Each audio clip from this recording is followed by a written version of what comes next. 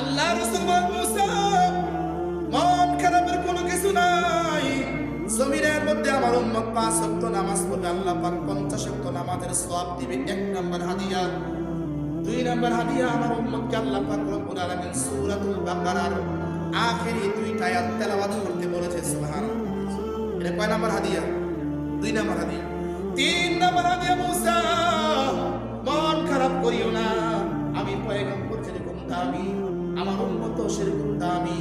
আদম আলাইহিস সালাতু ওয়াস সালাম থেকে নিয়ে ঈসা আলাইহিস সালাতু ওয়াস সালাম পর্যন্ত যত পয়গম্বর আল্লাহ পাক রব্বুল আলামিন জমিনের মধ্যে পাঠিয়েছে, সকল পয়গম্বরকে যে পরিমাণ মর্যাদা আল্লাহ পাক দিয়েছে, তার চাইতে উত্তম মর্যাদা আমি রাসূল সাল্লাল্লাহু আলাইহি সাল্লামকে আল্লাহ দিয়েছে। বাকি মুসা যত পয়গম্বরকে আল্লাহ পাক রব্বুল আলামিন যত উম্মত দিয়েছেন, সকল উম্মতের মধ্যে শ্রেষ্ঠ উম্মত আমার উম্মতকে আল্লাহ বানিয়েছে। আমার উম্মতের মধ্যে 3টা দল হবে। ওই 3 দলের মধ্যে নেককার একটা দল থাকবে। নেককার উম্মত নিয়ে আমার কোনো টেনশন নাই, কোনো পেরেশানি নাই। আরেকটা দল থাকবে কিছুক্ষণ পর পর গুনাহ করবে। এই উম্মত সম্পর্কে আমি আল্লাহর হাবিব সাল্লাল্লাহু আলাইহি ওয়াসাল্লাম হাসরের সুপারিশ করতে পারবো। আরেকটা উম্মত থাকবে যারা কথায় কথায় শিরিক করবে। এই শিরিক বাস উম্মতের জন্য আমি আল্লাহর হাবিবে হাসরের সুপারিশ করব না। উম্মতের কয় দল?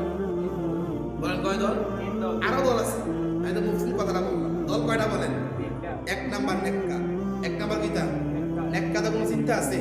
আমি মাঝে মাঝে আমার বন্ধু বলতেরা আমার সাথে একটা মাদ্রাসা বা একটা মাদ্রাসা, আমি কই মাদ্রাসাতে বয়স পুরো কেমনে দিবেন? আমি কই চতুর্দিক থেকে মাদ্রাসা বিল্ডিং রেখে আর মাদ্রাসা মাঝখানে আমার কবরটা রেখে।